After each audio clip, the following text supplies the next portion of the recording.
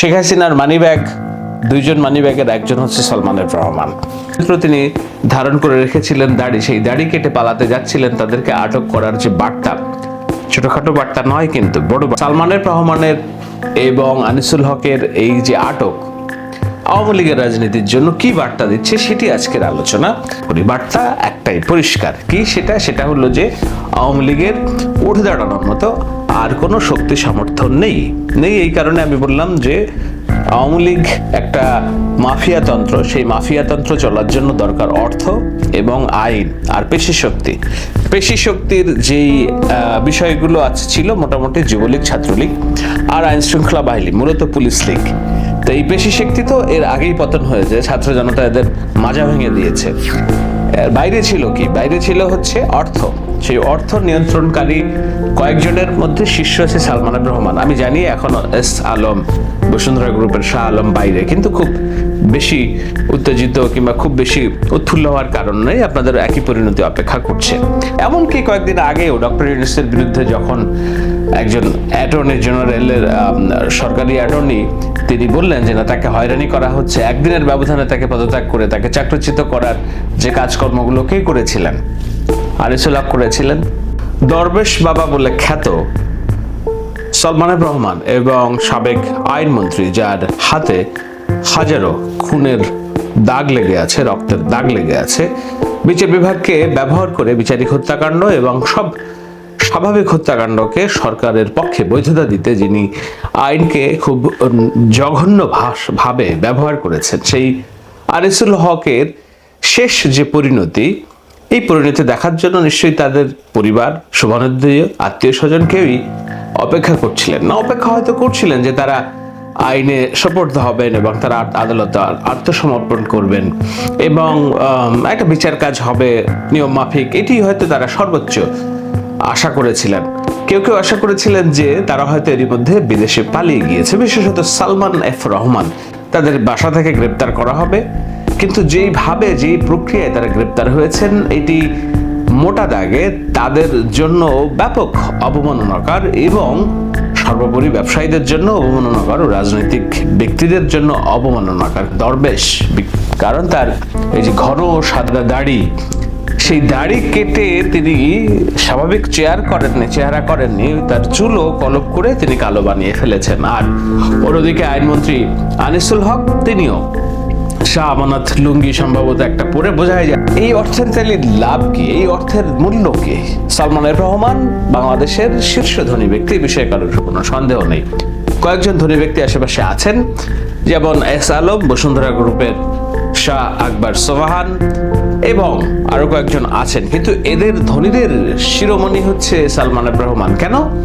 এই কারণে যে সালমানের রহমান প্রাইভেটাইজেশন বোর্ডের চেয়ারম্যান ছিলেন শেখ হাসিনার এবং বাণিজ্য বেসরকারি খাত বিষয়ক উপদেষ্টা, অর্থাৎ সরকারি খাতের বাইরে যত খাত আছে, অর্থ লেনদেনকারী, লগ্নিকারী, টাকা পয়সা সংশ্লিষ্ট সেই সমস্ত খাতের প্রধান হিসেবে সালমানের রহমান গত প্রায় বলা চলে 15টি বছর শেখ হাসিনার সাথে ছিলেন এবং বাংলাদেশের অর্থনীতিকে ধ্বংস করার জন্য, বাংলাদেশের সব ব্যাংকিং সেক্টর ধ্বংস করার জন্য একক কিংবা দ্বৈতভাবে যদি কাউকে দোষারোপ করা হয়, তাহলে সালমানের রহমানের নাম সবার আগে চলে আসবে। এই কারণে চলে আসবে যে তিনি বেসরকারি খাত বিষয়ক উপদেষ্টা শুধু ছিলেনই না, তিনি বেসরকারি খাতের যত সংস্থা আছে, FBCCI, BKMEA, BGMEA, chambers of commerce, রপ্তানি প্রক্রিয়াকরণ অঞ্চল, সমস্ত জায়গার এক অধিপতি ছিলেন, মুকুটহীন সম্রাট ছিলেন এবং সেখান থেকে মাসোয়ারা পেতেন। শুধু তিনি তাই না, বাংলাদেশ ব্যাংকের সবগুলো ব্যাংক থেকে তার প্রতিষ্ঠান এ পর্যন্ত যেসব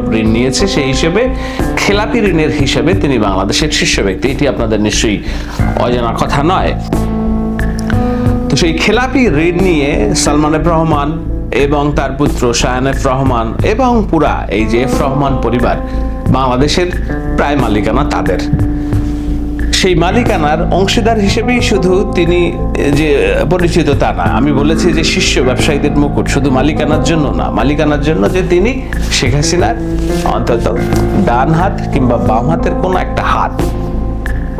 এই কারণে শেখ হাসিনার যখনই কোনো পয়সার প্রয়োজন হয়েছে, যুবলীগকে টাকা দিতে হবে, ছাত্রলীগকে টাকা দিতে হবে, একটা নির্বাচন উঠাতে হবে, অবৈধ কোনো কিছু দমন করতে হবে, টাকা লাগবে। টাকা ছাড়া তো কোথাও কিছু চলে না। আপনার নিজের জীবনের দিকে তাকিয়ে দেখুন। আপনি গাড়ি চালাবেন, আপনার টাকার জন্য তেল কেনা লাগবে। তেল কিনতে হলে আপনার টাকা ছাড়া তেল, মানিব্যাগ খালি থাকলে কোনো কিছুই নাই। সালমান রহমান মুহূর্তের মধ্যে হাজার হাজার কোটি টাকা এনে শেখ হাসিনার হাতে দিতেন। 2024 সালের নির্বাচনের আগে এক রাতেই 5,000 কোটি টাকা তিনি সংগ্রহ করেছিলেন ব্যবসায়ীদের কাছ থেকে। যেসব ব্যবসায়ীরা তাকে টাকা দিচ্ছে তাদের কেউ কেউ ব্যক্তিগতভাবে আমার সাথেও সেই তথ্য শেয়ার করেছেন। তো শেখ হাসিনার যে ক্যাশিয়ার ম্যানেজার সালমান রহমান, সেই কারণে তিনি বাংলাদেশের শিল্পপতি, আর দ্বিতীয় কারণ হচ্ছে তিনি ক্ষমতার কেন্দ্রে থাকা লোক।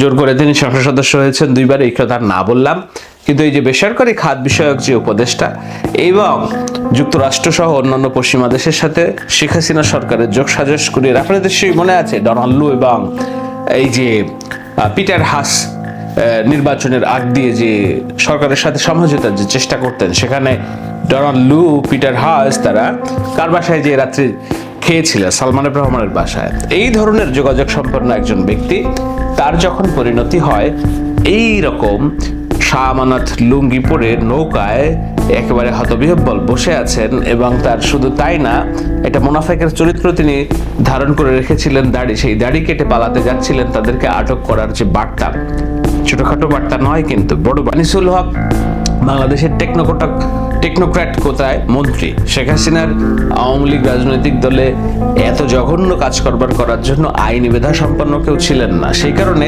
টেকনোক্র্যাট অর্থাৎ বাইরে থেকে একজনকে নিয়ে তিনি মন্ত্রী বানিয়েছিলেন, জনগণের ভোটে নির্বাচিত কোনো এমপি না। সেই টেকনোক্র্যাট মন্ত্রী এবারে 2024 সালে বিনা ভোটে নির্বাচিত হয়েছেন, কিন্তু এর আগে টেকনোক্র্যাট মন্ত্রী থাকাকালে তিনি কি করেছেন? হেন কোনো কাজ নেই তিনি করেননি। আমরা যদি বলি যে এই যুদ্ধাপরাধীদের বিচারের জন্য যে ট্রাইব্যুনাল, সেই ট্রাইব্যুনাল কার আইডিয়া? আনিসুল হকের আইডিয়া। মামলার তথ্য প্রমাণ না থাকা সত্ত্বেও কেবলমাত্র শেখ হাসিনা চায় বলে তাদেরকে বিচারিক হত্যাকাণ্ড নিশ্চিত করার জন্য বিচারকদের চাপ দেওয়ার আইডিয়া কার আইডিয়া? আনিসুল হকের আইডিয়া।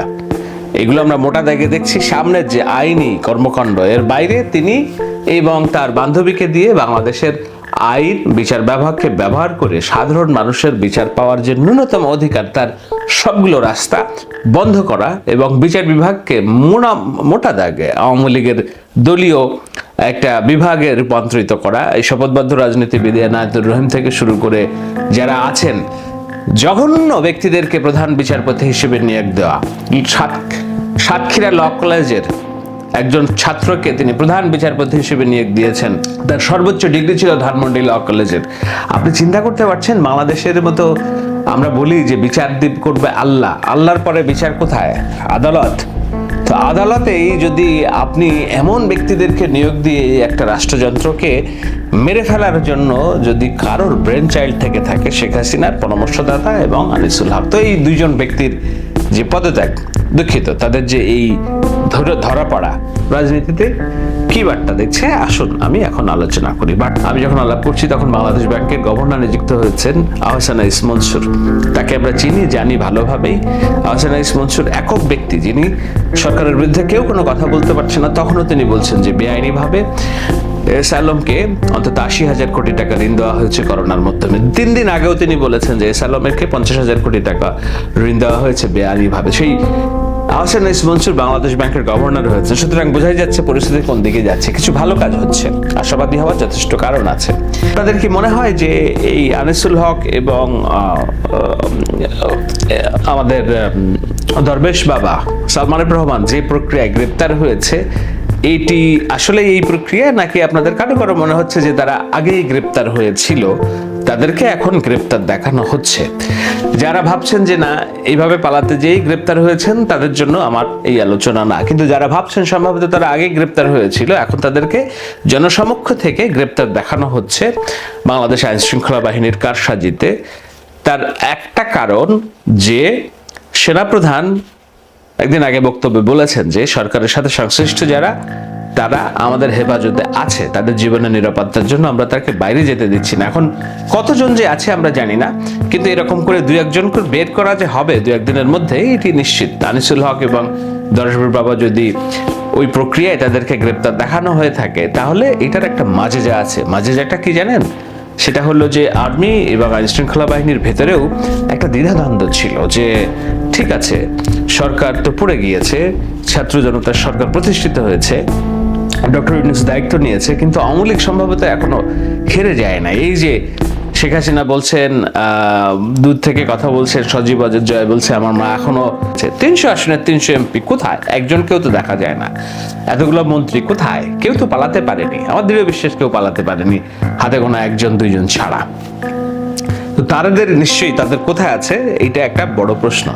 তো সেই আওয়ামী লীগ নেতাকর্মীদের হেনস্থা হবে সামরিক বাহিনী, আইন শৃঙ্খলা বাহিনী দিয়ে, এবং আবার যদি প্রতি বিপ্লব যেসব কথাবার্তা আমরা শুনছিলাম তারা যদি ফিরে আসে, এটার কোনো ঝামেলা হবে কিনা, এই ধরনের নানান রকম একটা শঙ্কা, ভয়ভীতি ছিল হয়তো আইন শৃঙ্খলার মধ্যে।